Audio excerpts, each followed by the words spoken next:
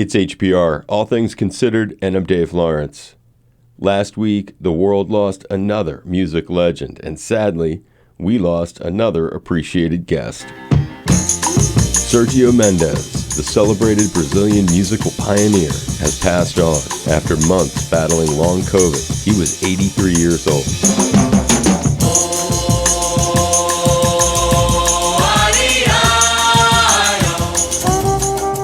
After his passing was announced Friday, I took a listen to the pair of interviews we were fortunate to get with him and went back to the master copy from a 2018 chat filled with lots of great history and recut us a special version just for this remembrance of a guest we'll always be grateful for, Sergio Mendes. Aloha, Sergio. Welcome. Thanks for doing this, man. Aloha. My pleasure talking to you. Looking forward to it's going to be so cool having you back in. And this is not sent to me as a complete list, but I have this guy, Steve, the mystery emailer, and whenever anybody's coming to town, Sergio, he kind of just sends some cool historic stuff, like March 23rd and 24th, 1968. Sergio Mendes and Brazil 66, who were making their Hawaii debut, performed for 2 sold-out nights at the Blaisdell Concert Hall. One of the lead singers in his band was Lonnie Hall, now Mrs. Herb Alpert. Ticket prices, can you believe this? You can't even get parking for this anymore. Ticket prices were $5, $4, and $3. Well, that's why I'm still broke. That's interesting. I love how he pulls this stuff. It's great. Here's another one that you did, and it's just a couple of neat chestnuts. August 3rd, 1969, Sergio Mendes and Brazil 66 returned to Hawaii, this time a sold-out crowd at the Blaisdell Arena. Ticket prices went up a little. Would you look at this? $5.75, $4.75, $3.75, but they were still getting folks in at $2.75. Oh, that's great. I love that. That's wonderful. It's crazy how things used to be. And that takes us back to you. You're growing up in Brazil. I understand that your pop was a physician, but dial in. What I don't understand is when and how music became such a force in your life that you went to enter a local music conservatory to become a classical pianist. Right. I was 7 years old, so I went to learn the piano. My mom wants me to learn the piano, and I really enjoyed, learning classical music and practicing and playing. And so that was the beginning. And then after that, when I started listening to jazz pianists like Art Tatum and Thelonious Monk and Horace Silver, so that changed my mind. And I said, wow, I started listening to that kind of music. And then Bossa Nova started in Brazil, late 50s. And I was playing in clubs in Rio de Janeiro, and, I was part of that movement. Antonio Carlos Jobim being the most important of all of them, and our greatest songwriter. And then in 62, there was a Bossa Nova concert at Carnegie Hall. First time I came to the United States.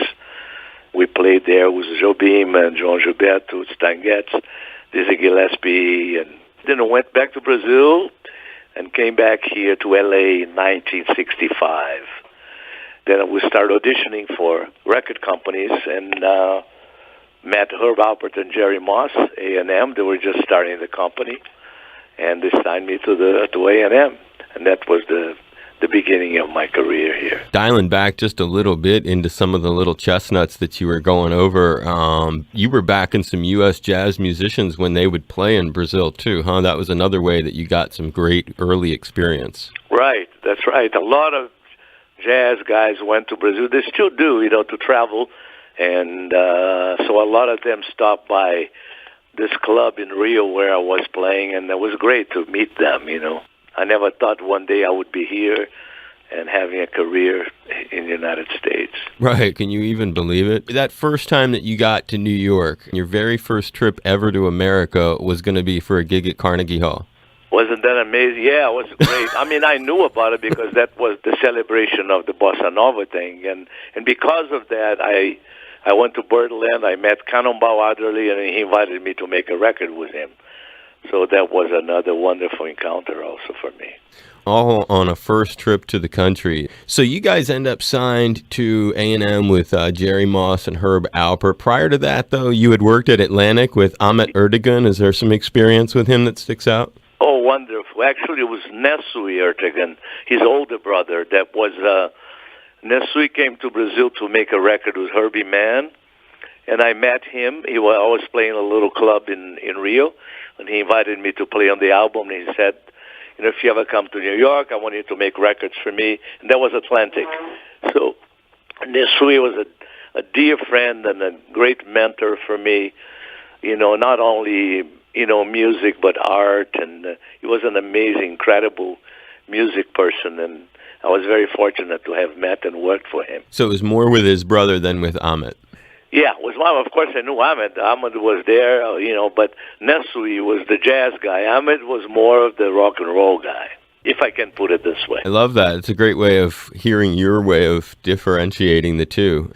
Sometimes when I'm talking to people, they have experience of getting to play at the White House. Was for Richard Nixon, was the visit of the Spanish King Juan Carlos. And then I played for Reagan after that. Okay. Was the visit of the Brazilian president. So we played twice at the White House. I wish I had played for Obama, that I love. Right. Maybe he'll invite me when he comes back. But those are cool memories, getting to do something like that. And wonderful memories, yes. One of the cats I've never heard you talk about was what led to The Real Thing, Stevie Wonder's song, really beautiful. Oh, yeah. Well, Stevie, what happened is Steve loved Brazilian music, and I got a call from him one day saying that he would like to sing in Portuguese, one of the songs that he wrote. And I wrote some Portuguese words for him, and he sang in Portuguese, of course, and we became very good friends. And then he wrote for me this song, The Real Thing. And he's one of the most amazing musicians, and he's like, I'm a huge fan. And then on the album Timeless, he came again, and he was around at the same studio, and he heard I was making a new record there, and he brought his harmonica and put a solo on one of the songs. Yeah, Steve is a genius, one of a few. When you're doing The Real Thing, he just writes it and hands it off to you, or was he there in the studio? No, we're in the studio together. He was playing clavinet, and I was playing piano. It was a wonderful experience, great days. Back in the old days, there were times when bands, almost like that Bill Graham spirit of putting bands that were of different kinds together. Anything that sticks out in your mind, like, wow, these were some strange bills I got to do with so-and-so? That's an interesting question. We opened the show with Brazil 60 for the Smothers Brothers. Now figure this one out, which was wonderful.